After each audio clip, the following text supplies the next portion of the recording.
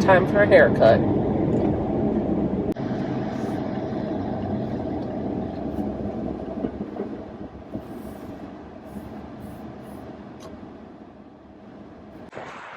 Yes.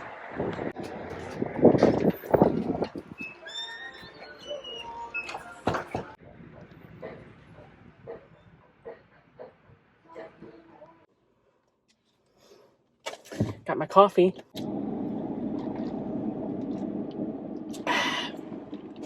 Let's go home and work on clue 2. Hey friends, welcome back to my sewing room. Notice anything different? That's right, I got my haircut as you saw in the intro. I am sitting here in my sewing room and I am ready to work on clue number 2 for my puzzle mystery quilt. For those of you that don't know, the Puzzle Mystery Quilt is basically a 10-month block of the month program from Cotton Cuts, where basically they take all of the measuring and all of the cutting completely out of the picture for you, so that all you have to do is just sit at your machine and sew. That's what we're going to focus on today. I am working on the size large in the colorway Azul. This is the Fall 2020 Puzzle Mystery Quilt, which is referred to Are You Game? So, I've got my color card, which you'll get in your first clue, sitting here and ready to go. So I'm just going to pop open my machine and set it up here. And I've got my pretty pink mailer, which is what all of our clues come in. And for a change, I'm actually using some paper scissors to open my package. When you open up your pink envelope, this is what you're going to have inside: another envelope or a plastic bag with everything that you need for this month's instructions. Take a look down here. Your package is a plastic bag and it's held together with this Cotton Cut sticker. And inside, let me flip this around, is everything you're going to need. You're going to have a piece of cardstock with all of your fabric pieces, and somewhere on there you're also going to have this block of the month card. So you're going to get these in each of your clues. Basically, if you just color this in and post a picture of it to social media with the hashtag CC Color Challenge, you're going to be entered for a chance to win a prize. And it looks like this time it's going to be a Chroma Petite Pop, which is a box full of Aurifil fabric. Thread. Not fabric. Thread. The other thing that we have is our sheet of instructions. On the front side, you're going to have a diagram that shows you what all of your clues are going to look like at the top. And on the bottom, it's going to tell you what inventory you received in this package. And then when you flip it over, these are all of the instructions to put all of your fabric together. So let's get started. I like to set my instructions up here with my color card so that they don't run away on me. And then before I really get too far into this, I just like to take a few minutes to starch all of my pieces. And this is going to be no different. So we're going to grab some Best Press and we're going to actually iron all of our little pieces of fabric. That's just going to give it some extra body and make it a little bit easier for us to work with these pieces as we're sewing our clues together. I don't know about you guys, but I feel like watching people press is visually satisfying. So let's kick on some music and get to pressing.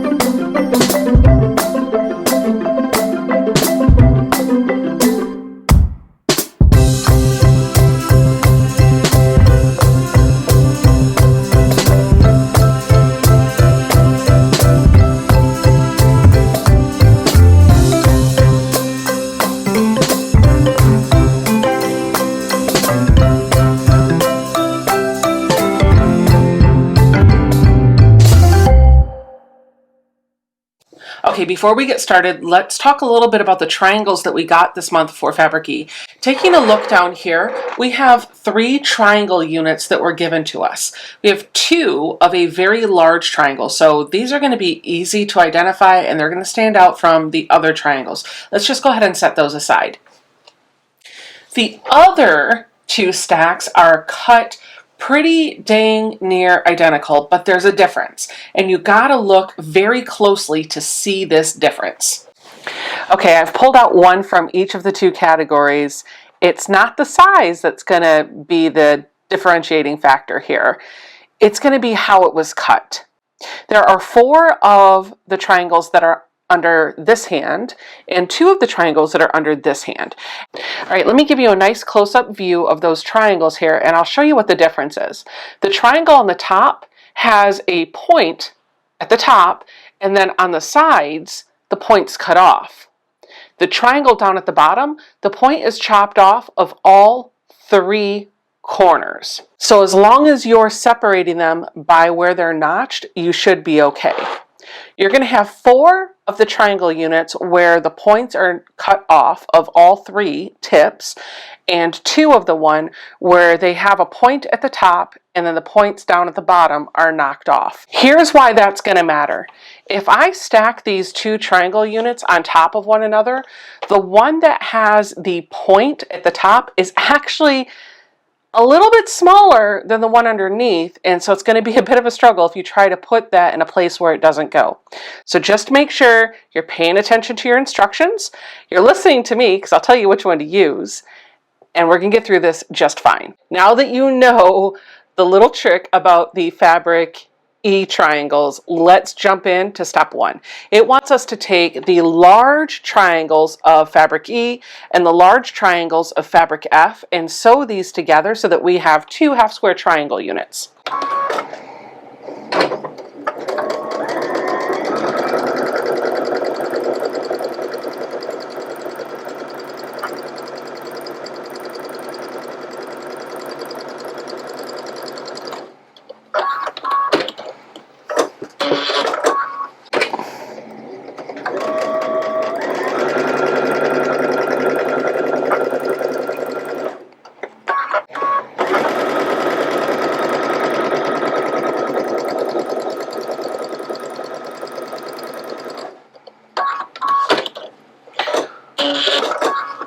Once these are assembled, we're going to press it towards E. So I'm just going to orient my newly assembled pieces together so that the Fabric E is on top. I'm going to put my fingers between the 2 layers and very gently just kind of nudge that top fabric over, and I'm going to very softly kind of crease this so that it's laying folded over, and we're going to do that again to this one.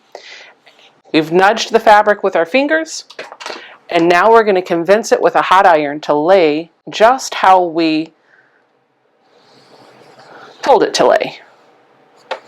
This is going to give us a nice flat block. And in the world of quilting, it's nothing better than a flat seam. All right, step 2 is going to take 4 of your Fabric A rectangles and 4 of your Fabric B rectangles, and you're going to lay them out so that you have an A, B orientation, and then you're going to take your big Fabric C rectangles like I have here, and you're going to sew it along the bottom so that your clue when it's finished would look something like that. Now of course we've got to sew this row together so that this row shrinks down and can be sewn to our C rectangle down at the bottom. So let's work on the top part of this block first. We're just going to make 4 pairs of AB squares. Maybe they'll be rectangles when we sew them. I don't know. But we're going to sew up 4 pairs of A and B.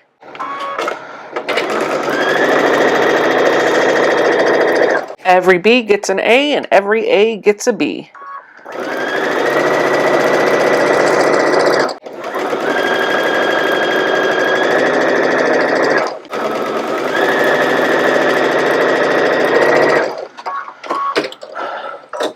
I daisy chained mine, so mine are all hooked together. We're just going to clip those apart. Before our next step, let's just take a second to pre-press. The instructions are going to want all of these to be pressed towards B. So let's just go ahead and finger press each of our pairs so that the seam is going towards B. Using that technique that I showed you before, put the fabric that we're pressing towards on top, our finger between the two layers, and then just kind of gently press that seam flat. And then we're going to pair these up so that we have an AB on the left and an AB on the right.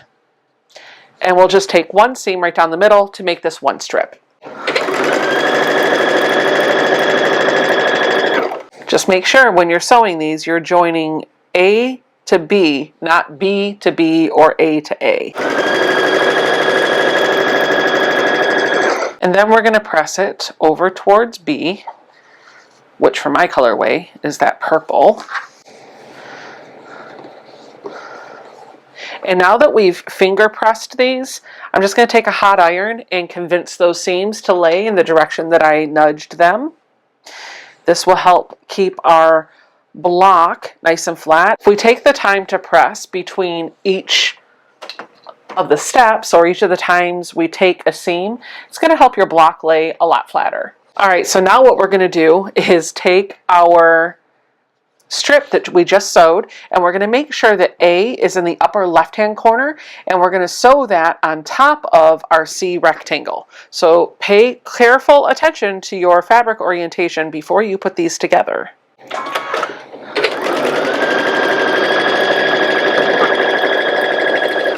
Okay, so here's a really important tip that I forgot myself. Whenever I'm sewing my clues together for cotton cuts, I try to make sure that I'm using a scant 1/4 of an inch so that everything goes together nice and perfectly. The instructions say to use a 1/4 inch seam allowance, but I find that if I use a 1/4 inch, the fabrics don't want to play so nice.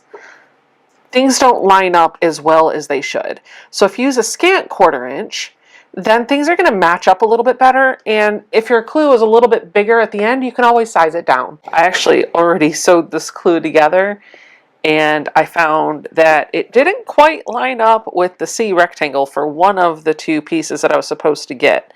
So I pulled the seams out, and I redid it with a scant 1/4 of an inch so that hopefully it'll fit that C block a little bit better. And going forward, I'll pay a lot closer attention to my seam allowance to make sure that I'm using a scant instead of a true 1/4 inch.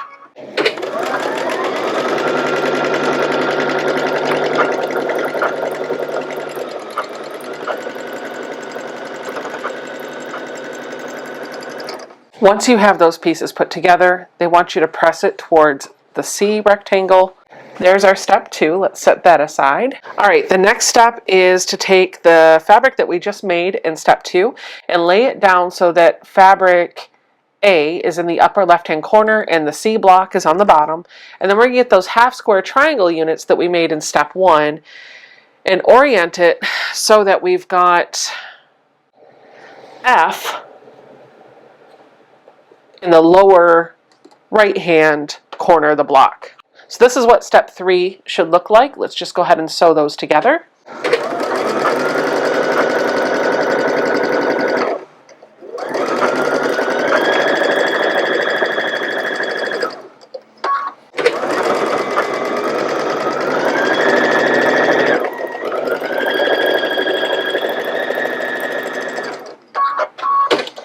All right, once these are assembled, it wants us to press towards the left, which is going to be towards the ABC rectangle that we did in step 2. Okay, next step is to get 2 of the large C triangles and 2 of the small E triangles. Now, here's the trick. The E triangles that you're going to grab this time are the ones that have the point at the top, not the ones that are notched. And we're going to sew these together to make some half square triangles, just 2 of them. If you're putting these together and you have the top point on your E fabric cut off, you're using the wrong triangles. It'll also not match up with your C fabric if you're using the other one because they're different sizes. So just make sure that you're matching all of the notches and all of the points, and you should be good.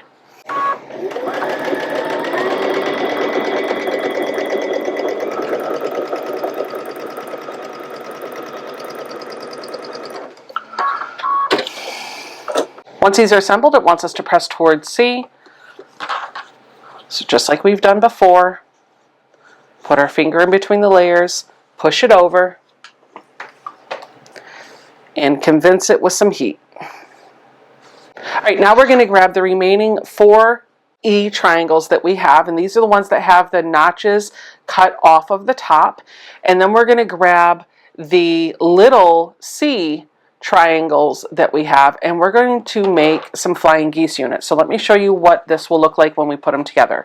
We're going to first sew all of our 4 flying geese units together by laying out our base. So this is going to be the E triangle on the bottom, and then we're going to come in with our C triangle, and we're going to match up the short edge of our E fabric with the long edge of our C fabric. And we're going to do this 4 times and press it up towards C, and then we're going to come in and sew the other triangle onto this side and then press that up towards the top.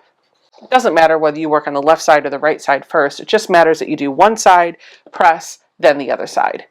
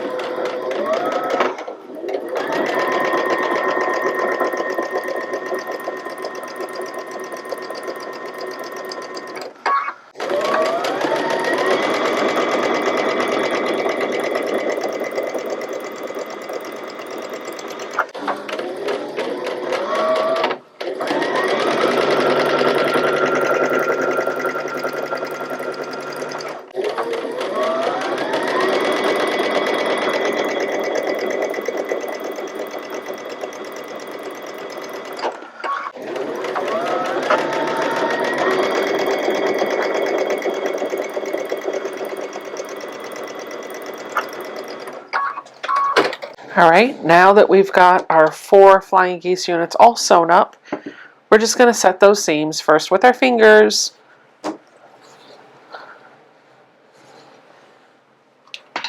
and then with my iron.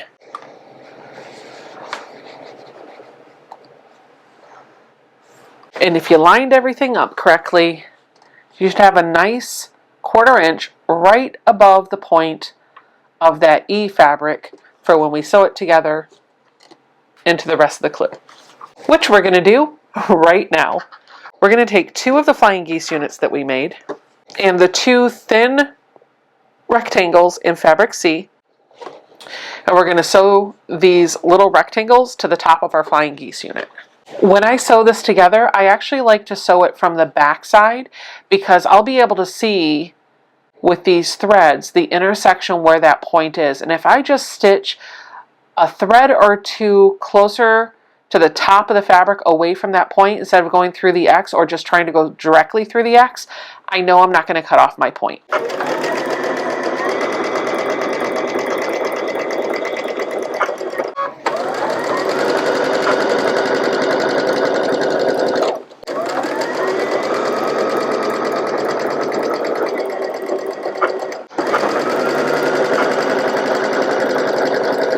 Then we're going to press that towards C and set it with our iron. And then we're going to make this a part of a bigger block. All right, step 7 is a little bit of a doozy, so let's break it down just a little bit. The first thing that we're going to do is take our remaining 4 fabric C rectangles and sew them to either side of this flying geese unit. So let's do that first.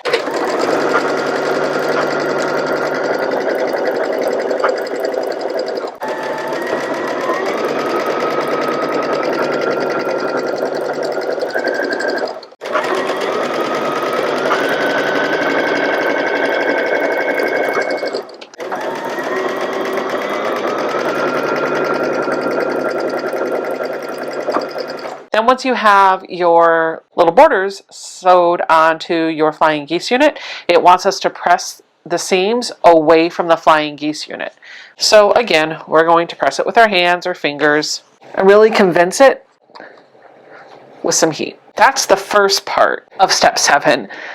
The second part is to take the C and E half square triangle units that we made earlier and line them up so that it is on the left of our clue with fabric E pointing down to the lower left.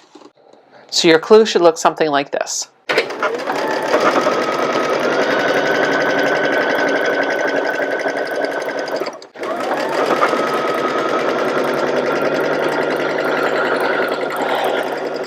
And then we're going to press this towards the right, which means we're going to press away from the half square triangle unit. All right, now we're on to the final step of clue 2A. So we're going to take this big unit that we just made and we're going to set it in front of us so that the EC half square triangle unit is in the left position and then the C rectangle is in the right position. And then to the top of that, we're going to attach the other long strip that we made that had the big half square triangle unit. And so what you've got is something that looks like this. Your AB strip should be in the upper left hand corner, and then in the very lower corner you should have that C rectangle. We're going to take a seam right here and we're going to press it down towards the bottom, and then that will be clue 2A.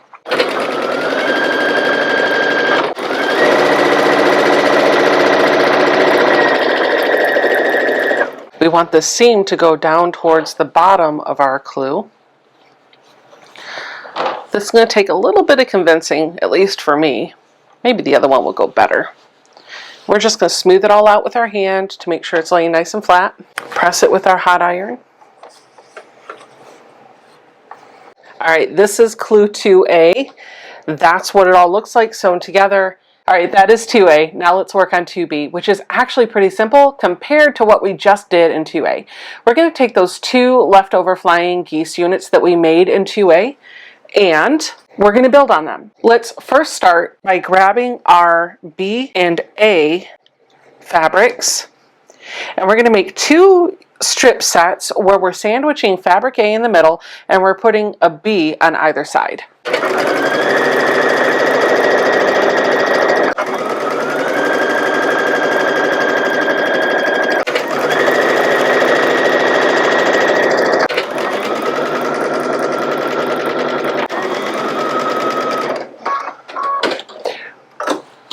When you sew this together, it wants us to press our seams towards B. So you know the drill by now. Nudging with our fingers and hands and setting with some hot irons. We set that aside and we're going to take our last 4 pieces together and we're just going to sew them together so that F is on our left and D is on our right. If we put it together like this, that's what it should look like. The reality is, at least for me, my fabric is not really directional, so it doesn't matter when I'm sewing it whether F is on the left or the right, as long as once these are sewn together, I orient them the right way in the final clue. So direction doesn't matter in this part of the step, but it will in the next one.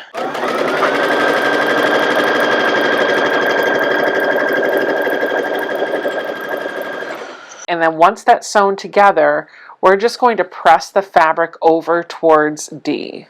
All right, we got it pressed with our hand. Now it's set with our hot iron. And this is where direction is going to come into play and going to be important. We just need to make sure that F stays on the left. And then we want our flying geese unit pointing towards the left. And then we want our strip set on the right. So section 2B should look like this. Let's sew these first.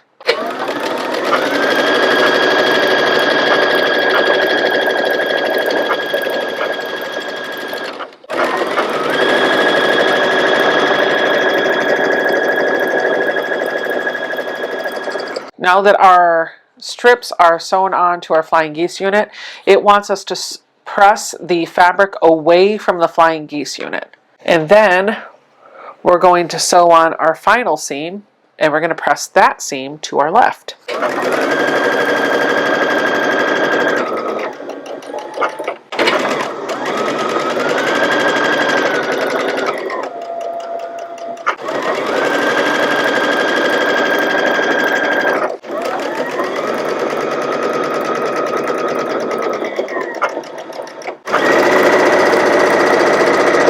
There you have it.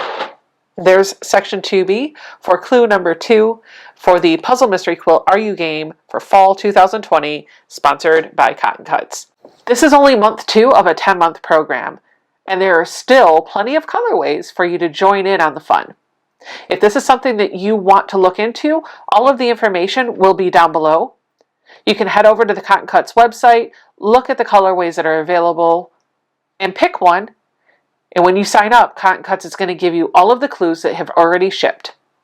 And if you use the code WeLoveBecca when you check out, you're going to get a special gift with clue number 1. That's it for this video, guys. Thank you so much for sewing along with me. Leave me a comment down below. Let me know what you think of my super short hair. Don't forget to give me a thumbs up and subscribe to my channel. I go live every Friday night at 9 p.m. where I try to walk you through a project from start to finish, and I would love a chance to sew live with you on Friday night. Bye, guys.